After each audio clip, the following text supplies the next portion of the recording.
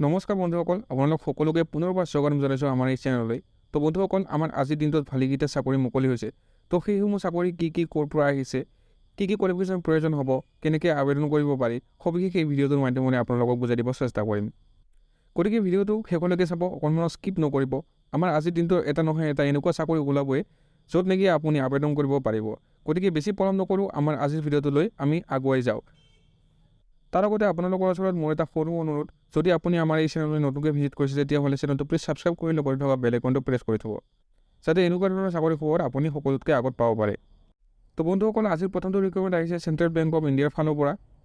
ইয়াৰে পষ্টসমূহ এপ্ৰেণ্টিছৰ পষ্ট হয়। ইয়াতে ভাল এটা সংখ্যাৰ পদ মুকলি হৈছে, প্ৰায় 5,000, আৰু আমাৰ অসমৰ বাবে মুকলি হৈছে 132টা।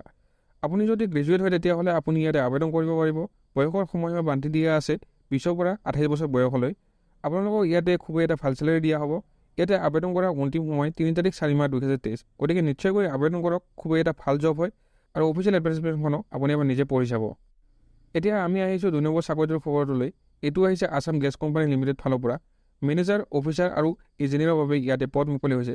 ইয়াতে টোটেল পদৰ সংখ্যা হৈছে 16টা পোষ্ট। আপুনি BE, BTech বা যদি আপুনি গ্ৰেজুৱেট হয় তেতিয়াহ'লে আপুনি ইয়াতে এপ্লাই কৰিব পাৰিব। মেক্সিমাম এজ দিয়া আছে 45 ইয়াৰ্ছ। চেলাৰী দিয়া হ'ব আপোনালোকক 30,000 টকা। লাষ্ট ডেট 3 তাৰিখ 4 মাহ 2023। গতিকে নিশ্চয় আবেদন কৰক। ডেছক্ৰিপশ্যনত ইয়াৰে অফিচিয়েল এডভাৰটাইজমেণ্টখন দিয়া আছে, আপুনি এবাৰ নিজে চাই ল'ব। এতিয়া আমি আহিছোঁ 3 নম্বৰ চাকৰিটোৰ খবৰটোলৈ। এইটো আহিছে চেণ্ট্ৰেল ৰিজাৰ্ভ পুলিচ ফ'ৰ্চৰ ফালৰ পৰা। কনষ্টেবল, ট্ৰেডছমেন আৰু টেকনিকেলৰ বাবে ইয়াতে পষ্ট মুকলি হৈছে। পদৰ সংখ্যা হৈছে 9,212টা। ইয়াতে আবেদন কৰিবলৈ আপুনি 10 পাছ কৰা হ'লেই হ'ব। বয়সৰ সময়সীমা দিয়া আছে 18ৰ পৰা 27 বছৰ, আৰু লগতে আপুনি এজ ৰিলেক্সেশ্যনো পাই যাব।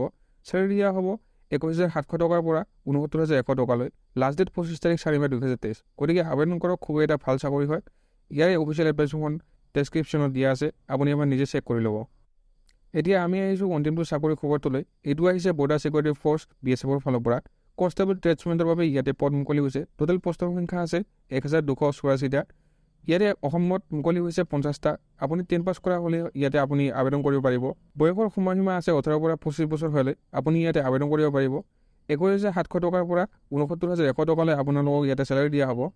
ইয়াতে আবেদন কৰাৰ অন্তিম সময় 27 তাৰিখ 3 মাহ 2023। গতিকে খুবেই এটা ভাল পষ্ট হয়, নিশ্চয়কৈ আবেদন কৰক, আৰু লগতে অফিচিয়েল এডভাৰটাইজমেণ্টখনো পঢ়ি চাব নাপাহৰিব।